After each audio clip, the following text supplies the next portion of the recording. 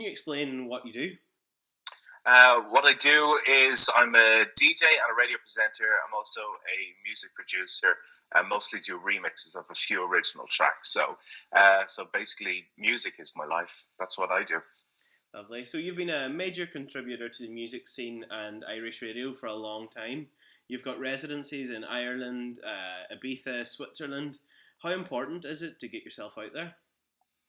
Um, I think, well, for work, it's important to get out there so you can make a living from it. And if you can get out there and expand your audience, I think that's important for your own kind of brand. And if people and other bookers and venues see that you're being booked and playing around the country and in different countries as well, it kind of like it catches their eye. So if they see that you're doing that, there's more chances of you being booked because you're creating an interest. So you find that after shows your following increases? Yeah, it does. Not hugely because like we're all not Calvin Harris, but you do get more interest, and you might get people coming back to your shows. And then when you say you're going to be going back to a certain club in a certain part of the country, you'll have people message you looking for requests and shout outs, and they'll be first in the door, which is good. You've mentioned Calvin Harris. Now, you've supported Calvin Harris, Afrojack, Example, and loads of household names over the years. What's that done for your brand? Um, it gets you more bookings, which is brilliant because if a promoter can trust you to play with somebody like Calvin Harris and Afrojack, an example, and all of those, there's obviously some sort of like, all right, he's obviously good at what he does, but also he can be trusted not to mess up the night as well. So when you're DJing and doing a warm-up set for those type of DJs, you don't go on and play the biggest tracks. You have to be careful of what you play because you don't want to show them up. Not saying that you're going to be better than them, but you don't want to go out there. There's the old saying of like, don't play the Beatport top 10 if you're a warm-up DJ. You need to be able to just gradually bring them up to a point where they're ready for the next guest. They're ready for the headliner. But if you can do that, you'll get a reputation of being sound, basically. So basically, you're building on trust from those kind of shows. You've got loads of really good remixes, and I really recommend that some people that might not have heard you that are watching this listen to those. You've got Ed Sheeran, Coldplay, Gavin James, loads of really, really good people that have supported your bootleg remixes. Does that help you grow and expand? It did, yeah. It was like as a DJ, I've always wanted to evolve in what I do, because I could just turn up and play songs, and that's it, just DJ. But I wanted to do something where I was playing my songs. Now I'm not a writer, I'm not a composer. I can't even play keyboard. I have a keyboard here behind me, but I'll tap away at it till I get what sounds like is the right note, and then you can use the software to then draw in your notes and patterns of keys and stuff. So I wanted to produce music and remixes to make my DJ set sound completely different to everybody else's.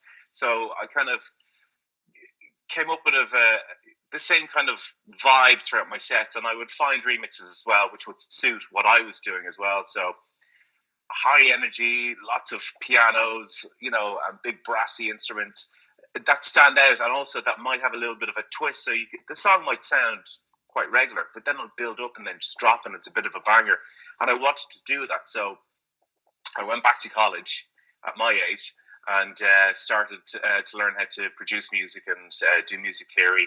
And I still couldn't get my head around chords and anything like that. I still need to study more for that. But I did 2 years of that part time just to learn the software, and sound is very important as well with that when you're making songs. By doing all that, my set stood out, and it got the attention as well then of bookers and club promoters. So I was getting bookings off the back of it, which is brilliant.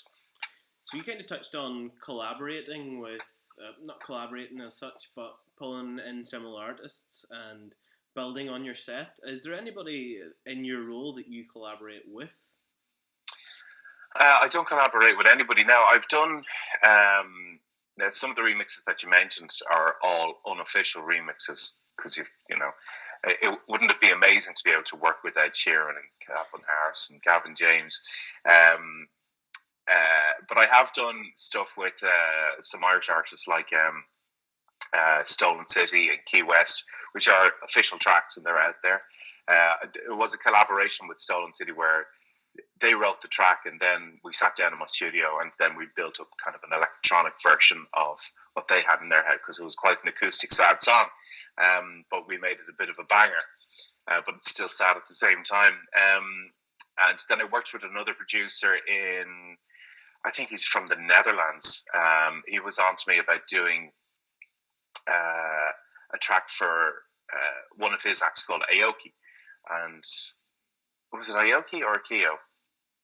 Anyway, we did this track. I was just sent the vocals and what the original track sounded like, so I just worked on that track, and that got released worldwide. It's really cool. I'll send you the link for it as well. But that was my kind of first international track.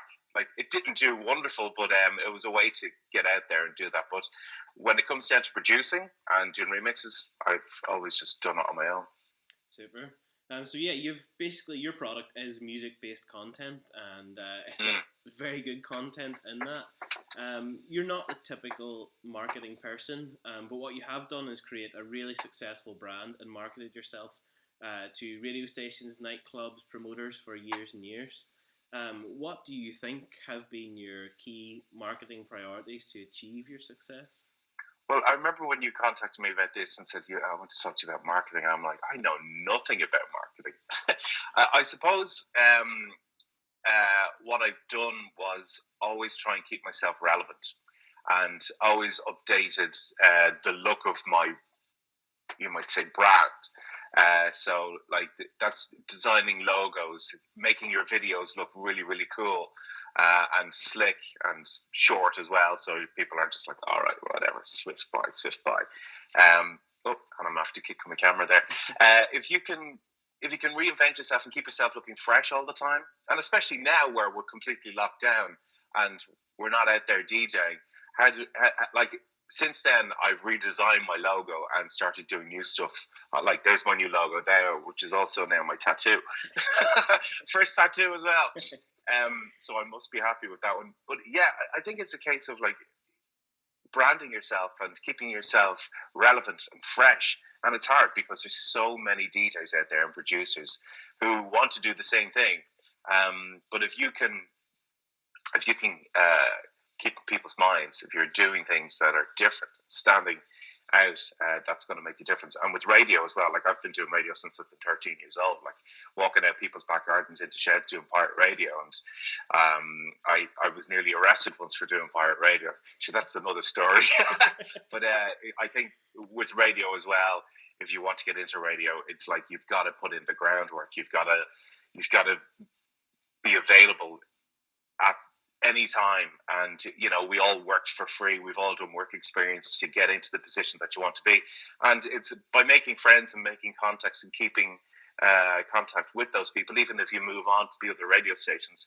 But also, like what I mentioned before, it's like be willing to do things and also be sound, because if you get to a certain level of success, it can get to your head, and if you don't keep your feet on the ground, it's going to reflect on your personality, your on-air performance, and the last thing you want to do is be known as the guy with the ego, and nobody wants to work with anymore. So I think so. Keep your feet on the ground and be sound. So I think be sound. Be sound. That is a very important message. If I was to pull out your key priorities, then we're looking at keeping up with trends. We're looking at building your social media following. That could be through shows, you're producing, working with other people. And I think that's where we're at. I think that's a really important conclusion for our young people. I think it's last thing I would like to say is plug yourself. What's your social media is? Where can we find you? Oh, well, my website is pushthebutton.ie, ptb.ie, thelockdown.ie. Also, I can't remember whether it's djstephencooper.com or stephencooperdj.com, because everything goes to the same site anyway. Socials on Instagram, Twitter is @StephenCooperDJ, all with a V as well, and Facebook official Stephen Cooper. and I'm on TikTok as well. But I've tried the dances, so I've just deleted them. I think there's a certain thing that you'll do on TikTok. I still have to find my TikTok thing, and I think at the moment my successful videos on TikTok are of my puppies. So maybe that's the next way to build your brand. Maybe it is, yeah. Cuddly My animals. puppy cam, yeah.